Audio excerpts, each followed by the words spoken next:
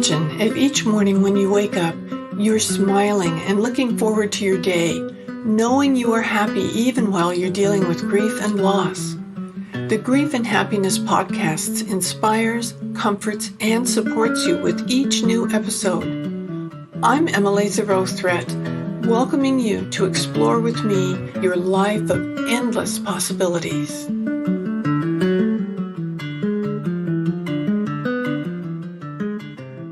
Aloha. I'm so glad that you joined us today. We're going to have such an interesting conversation, and you're going to just love my guest. It's Kristina Driscoll. Did I say that right? You did. Oh, good. And she's the host of the She's Brave podcast, and she is brave. So she'll have a lot to talk about today.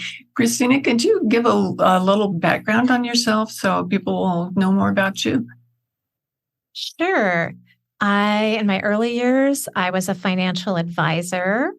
When I was in my early 30s, I met my now late husband, Bill Driscoll, on a hike on Mount Rainier, which is outside of the Seattle area. Our eyes just sort of magically locked. It's one of those things that had never happened to me before, but that's how we met. And we were married within 6 months. Wow. We both were in the financial world. We looked at the world the same way. And it was unconventional. And that was really the beginning of an unconventional life for me. And being unconventional requires you to be brave. So that kind of ties into the theme of my podcast too. But my husband was 24 years older than me. He had never been married. He'd never had kids. So it was unconventional from the very beginning. That's really interesting. My husband, Jacques, the first husband who died for me, was 21 years older than me. And I haven't talked to a whole lot of people that have had that big of a gap. And it was perfect for us. Absolutely perfect. Yes. Yes, it was perfect for us as well. And sometimes you would think that people would look at us and maybe say, wow, she's a lot younger than you, or, he's a lot older than you. But I think that when you really know in your heart and your spirit, when something's really, really right, you really own it. And I think that people sense that. And I cannot think of a single time that anyone questioned the age difference. Yeah, I know that we had a few of my husband's professional people that he worked with. He was a college professor that kind of, I think, frowned on our relationship, thinking that it was just a fling for him with a younger woman as opposed to something serious. And they got used to me after a while, and they never said anything to us directly. But I heard rumors about they think that, so it was, we just didn't pay attention to it because we knew that we were doing the right thing, and it was perfect for us. Yeah. And who knows, maybe it was the same with me. Maybe I just didn't even notice it, but whatever, it was really comfortable and it was a really amazing marriage. That's beautiful. So fortunate. Yeah.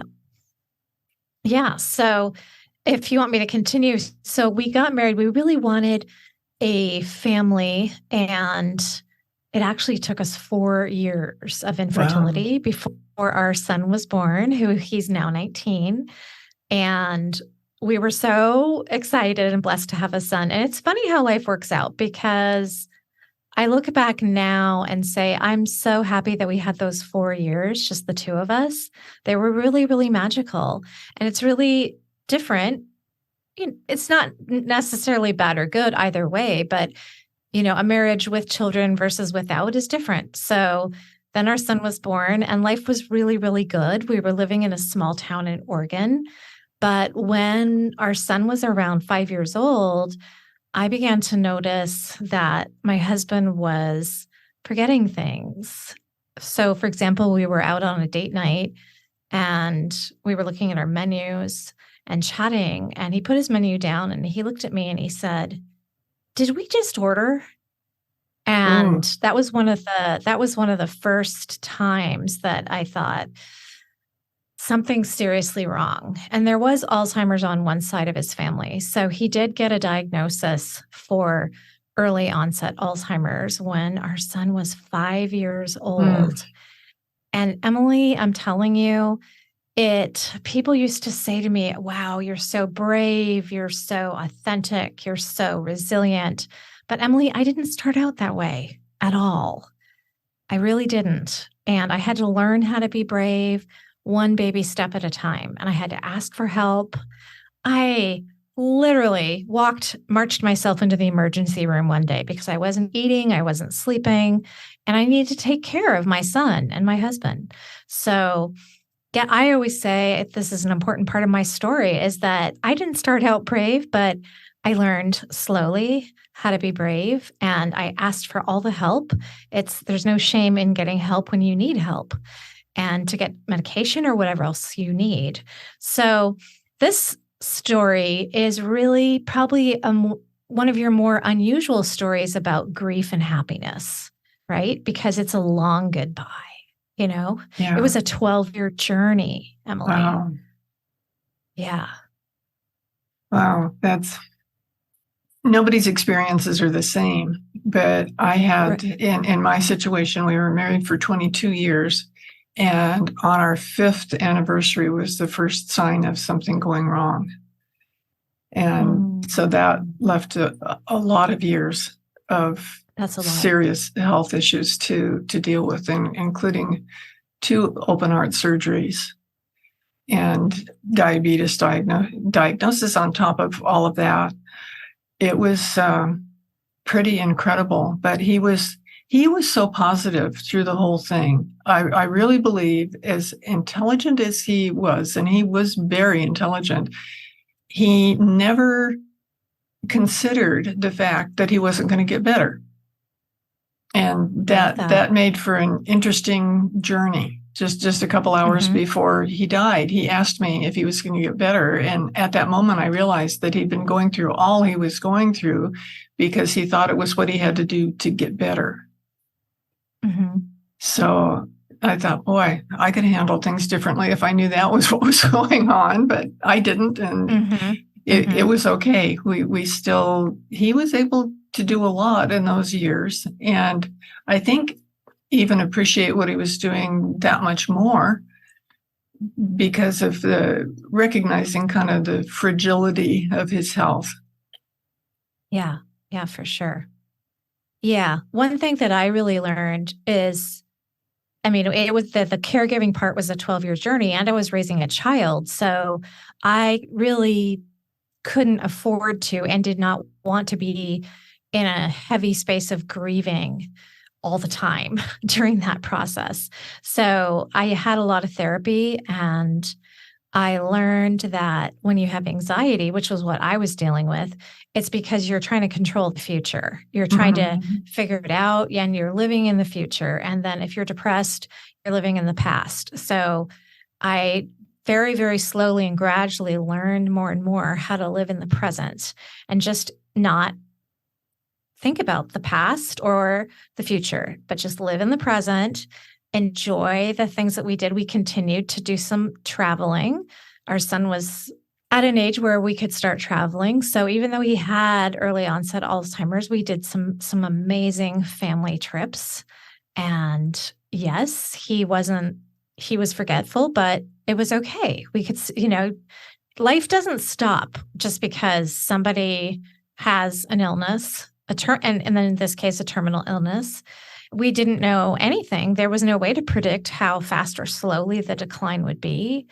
It's different for everybody. So I learned to live more in the present. And with children, it's different too, because I was advised. So some of the best advice I got was just let my son ask the questions when he was ready. Yeah. And so when we first got the diagnosis, I said to our son, Dad has a condition called Alzheimer's, which makes him forget things. And that my son didn't have any questions about that. That was fine. He knew that Dad forgot things. And by the time my son was 6, he would help Dad heat up his lunch in the microwave because dad couldn't remember how to push the buttons on the microwave in the right order. So this was all just very normal for our son. I would say that for my son, he wasn't so affected, but around age 9, that was when he asked the hard question of, I know that dad has Alzheimer's, but how much longer is dad going to live? And I said, I don't know. And nobody knows. It's just so different for every person. But I said that if I had to guess, I think he'll live through high school for you. And I think that, and my son just accepted that as well. What I think one of the hardest times for my son, as far as the grief was, and for me as well, was when my husband was up and wandering at night in the home, and he was combative with caregivers. So I tried bringing caregivers into my home to help me, but he didn't like them. So he was wandering one night and I heard a clunk and he turned on wasn't conscious. And thank God my parents were visiting, because I'm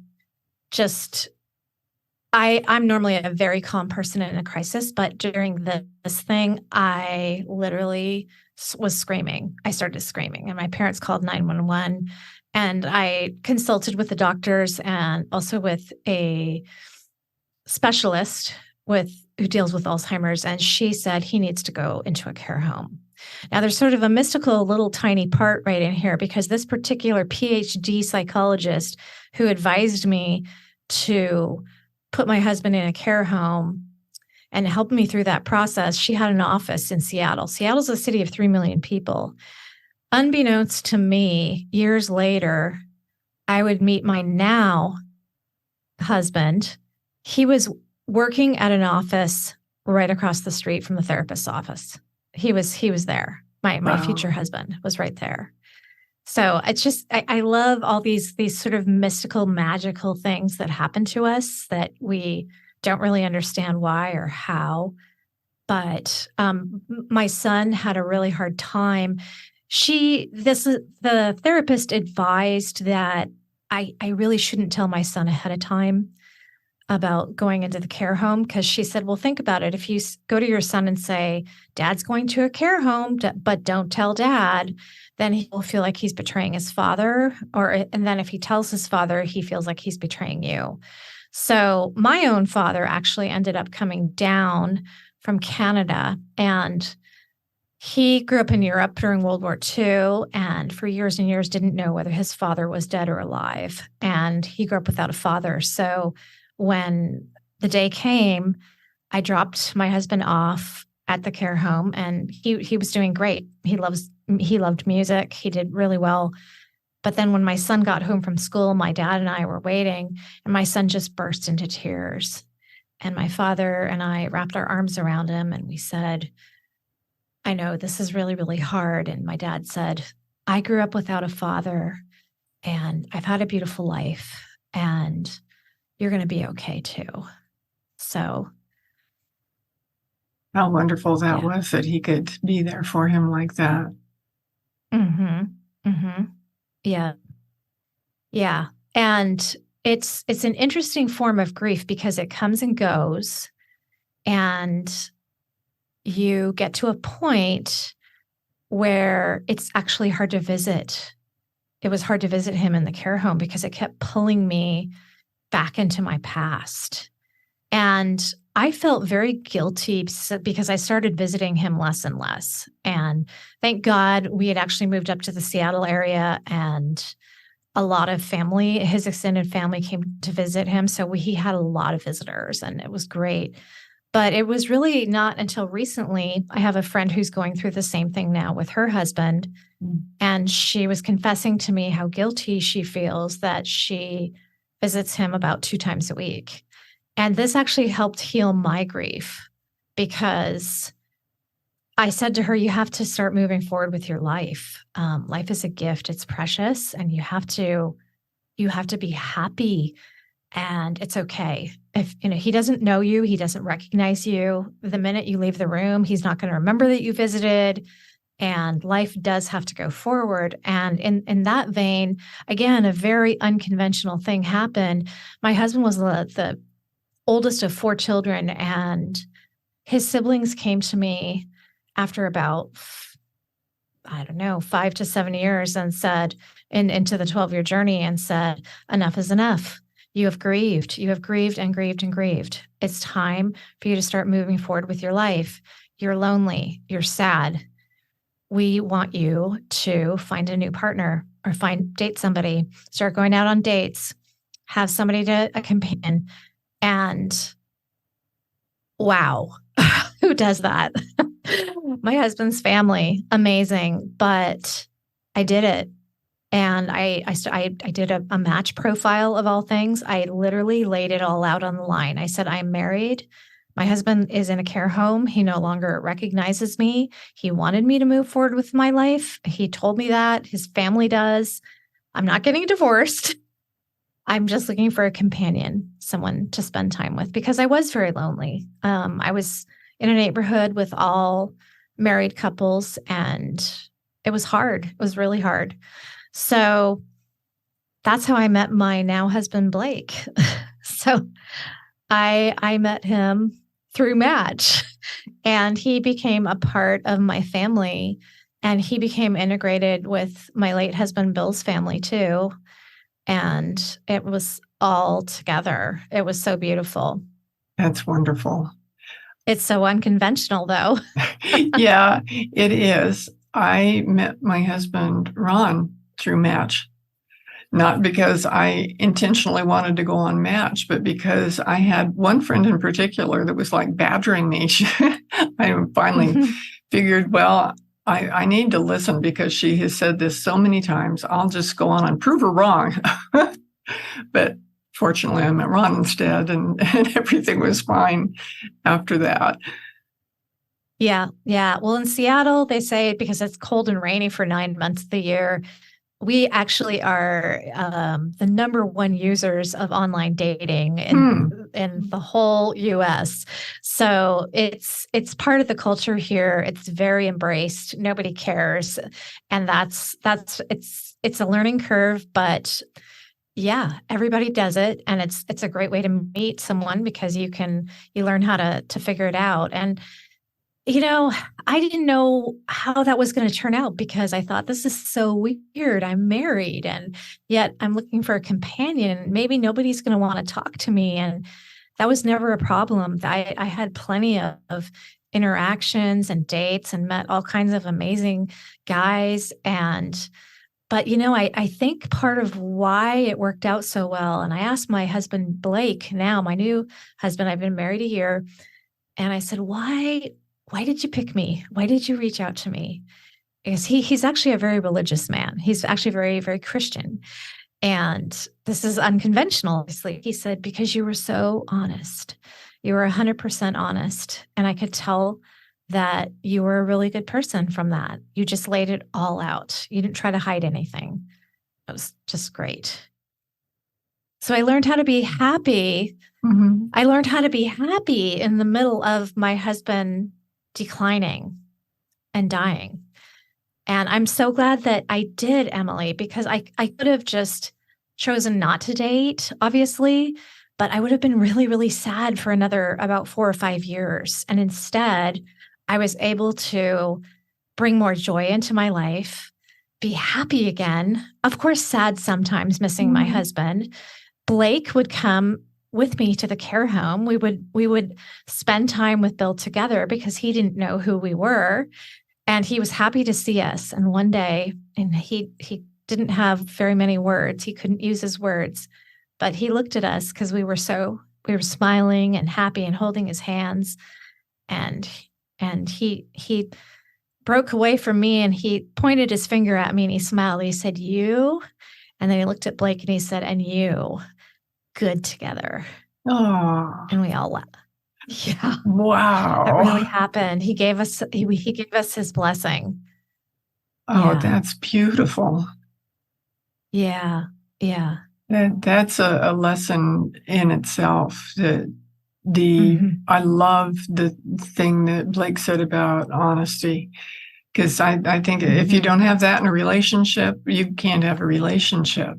And to be able to recognize Mhm. that right up front, then you're on the right track. And that's a really important thing for our listenings out there to remember that it, telling Yeah. stories or Yeah. trying to make things different than they are just by what you say isn't helpful. Being honest is. Mhm. And I Mhm. love how you were And able I to be think together. yeah. Yeah, and I just thought of something really important that I wanna share with your listeners also, that I took breaks from grieving, because, and I'm sure you did too. When it's a long journey like that, you go out to dinner with your girlfriends, or you take a little mini vacation with your son, or whatever that looks like. Sometimes you take a break from your caregiving giving life. And there's a bit of denial in there, and that's okay. And that's healthy to give yourself breaks from grieving too. That's what really helped me as well. Yeah, that's so important. I have a colleague that works in grief, and she does big webinars that people from all over go to. And she did a program recently that was called "Take a Holiday from Grief." And I thought, wow, I that's such love a good that. idea. I love that. Take a holiday from grief. That's so perfect. Yeah. Yeah. And it's Yeah. important Yeah. too to just Mhm. have something where you don't feel like you're going to be judged for smiling, whatever it is, that Yeah. you can just take care of Yeah. yourself. Yeah. And another thing that I really want to discuss more in depth is my husband's death, because I think that so many of us, myself included, I was afraid of that. What was that going to look like? Was that going to be hard? Was that going to be difficult? And it scared me. How was I going to feel after his physical body was gone? And it all happened really, really quickly. So it was in February, 2.5 years ago. We were smack dab in the middle of COVID. I wasn't able to visit him very much at all because of COVID. He had been moved to a really small a home, actually. It was a beautiful home and a beautiful property and wonderful people who were so loving. And I still could visit him sometimes. But I got the call late one night, and they said to me, he aspirated some food because he had forgotten how to swallow, Mm. and he had a do not resuscitate order. It was 10 at night, and they said, we can keep him here or we can send him to the hospital. I said, what do you recommend? And they said, well, I think you should meet him there at the hospital because they can provide him morphine and he can be very, very comfortable. So Blake drove me, my now husband drove me to the hospital, and I was the only person allowed in. They wouldn't let Blake in. It was just one person. So my husband was in the emergency room, and he was already completely unconscious, and they did the deep nasal swab way, way, way up the nose. And I remember asking the nurse, is he conscious at all? And she said no, because even people that are unconscious usually flinch when they have the COVID nasal test, and he's not flinching. So, his heart was still beating, but he wasn't really there. And it's interesting in our society how a lot of us have trouble letting go with death, right? I had two different doctors pull me aside within that first hour and say, he has a do not resuscitate order, so we are not going to give him antibiotics. He has 24 to 48 hours to live. And would you like to be in a private room, in the hospital on a different floor where it's quiet? And I said, yes, please. And I think they thought that I was going to fight them on that, but I didn't. I was at peace with it. I knew it was okay. So I went up, and my husband's breathing was still strong and steady. And I thought, it's 2 a.m. This could be a 48-hour marathon of me alone in the hospital. And That being said, people aren't meant to die alone. And or the caregiver like me, it's not meant for me to do this alone. And it was unfortunate with COVID that it had to be this way, because it was hard. It's hard to be there for somebody who's dying and there's nobody else in the room with you to help you or comfort you. And because you need that support too. So I called Blake and I said I wanted to come home for just a few hours and sleep, because there was nowhere for me to sleep in this room. And then I would come back, because I had been told it was going to be a couple of days. So I came home, I slept, I woke up, and I got the phone call that he had died. So, and at that moment, I was just filled with this tremendous grief. So I got out of bed, fell on my knees, and literally prayed. And I said, God, Bill, I know you're up there. I need a sign. I need a sign. Please, Bill, I want to know you're okay. Where I know you're somewhere. Where are you? Please send me a sign. And all of a sudden, a vision of a bald eagle came into my head. Kind of weird, kind of random, whatever. So I had to go immediately to the hospital because paperwork has to be done and all of that. So Blake drove me to the hospital. We got in the car. I didn't tell Blake. I didn't tell anybody about this vision. I've never had anything happen like this in my life before or since. And I was just looking at my phone, and we were crossing down through a valley on the way to the hospital. And all of a sudden, Blake says, "Hey, look, there's an eagle up in that tree over there." And then I just burst into tears. And I went, "There it is." And I said, "Blake, you're not even going to believe this, but this is what happened to me. And I know that." And what's interesting, Emily, is that literally a month ago, I figured another piece of the puzzle.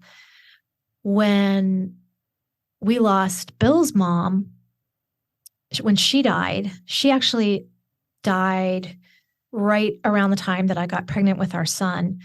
And her husband had already died, and we were in a hearse with her body going from the funeral home to the cemetery.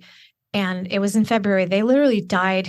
Bill and his mom died days within each other. It was a clear February day, and two bald eagles followed us in the hearse. It was like his parents, because they were both in heaven, obviously, or in another dimension, whatever you want to believe.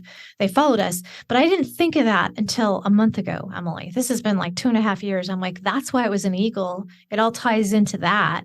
So it's an eagle. So interestingly enough, and then my son, he actually born at that time, which is another story, but which is fine. But anyway, I had to call my son, and he said to me, "Mom, I knew Dad was going to die soon." And I said, "How? Why?" "He's been coming in my dreams for the last month, like every night for the last month. And he's whole and he's normal and he's back to when I was little. And it's just this." He said, I just knew. And so my son really had a lot of peace around it. And I got my peace too with the vision and the sign. And my husband continued to, after my husband passed, he was in my dreams most nights, and he was himself and he was normal, and we would just hang out. And this went on for an entire year. Wow. Until I married my now husband, Blake. And then it stopped. Yeah. But I feel like I can say with true conviction that you can grieve and you can be happy. You can. It's possible. And like what we said before we even hit record, you said you were the happiest now that you've ever been. I'm the happiest I've ever been in my life too. And I think some of that could just be life, that we're older. We know that life is precious, and grab it, just enjoy every minute of it. And it's not to say that those moments don't come up. And if you need help with grief, ask ask the universe, ask God, ask whatever you believe in. Ask a human for help. There's a lot of help. Read your handbook that you've got about grief and happiness, because there's a way to get through it all and still be happy. And not just say that the grief doesn't occasionally happen. A week after I got married last summer, I was up in Canada where I grew up, and I had family from Sweden visiting. My husband was actually back to work, and I was taking all my Swedish cousins to all these places all over Vancouver where I grew up. It's also where I married my husband, Bill. So it began triggering all these memories of my marriage to Bill and all the places and the things that we did. And it triggered me. So one night I began to cry, and because everybody was talking about Bill, and I just began to cry. And it was a week after I married Blake. And it's okay. It's okay. That grief will still be there sometimes. And I had a good cry, and then I felt better. And I feel really deeply grateful. I have this amazing, amazing life and an amazing husband.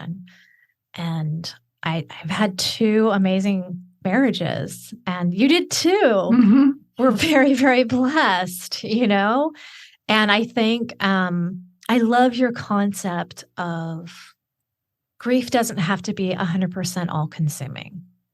There's happiness in there too. Yes, that's right. Well, it's been marvelous hearing your story and what you had to share. I love it when the grief and happiness concept is validated by an experience like yours.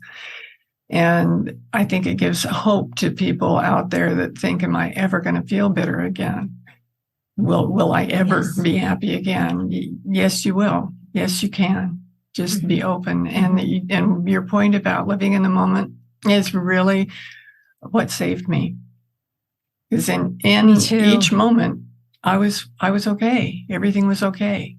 And it's that living in the past that trips you up. So when you can just stay in the moment, you can find that happiness, and it's so worth it. Wow. Thank you so much for being my guest today. This was just a wonderful conversation. And I know that people are going to get a lot out of this. I'm so happy you were able to join me. Thank you so much, Emily, for having me on your show. Oh, I'm grateful. And if you'd like to listen to the She's Brave podcast, the links, all of links for Kristina are going to be in the show notes. And please do check that out. And please do come back and see me again next week. And thank you so much for being here and listening to our Grief and Happiness podcast. Do you want more comfort, support, and happiness? Join the Grief and Happiness Alliance. Visit my website at lovingandlivingyourwaythroughgrief.com and read my book, Loving and Living Your Way Through Grief. Be sure to subscribe to our podcast, rate it, review it, and binge on all our episodes on grief and happiness. I can't wait to welcome you back to another episode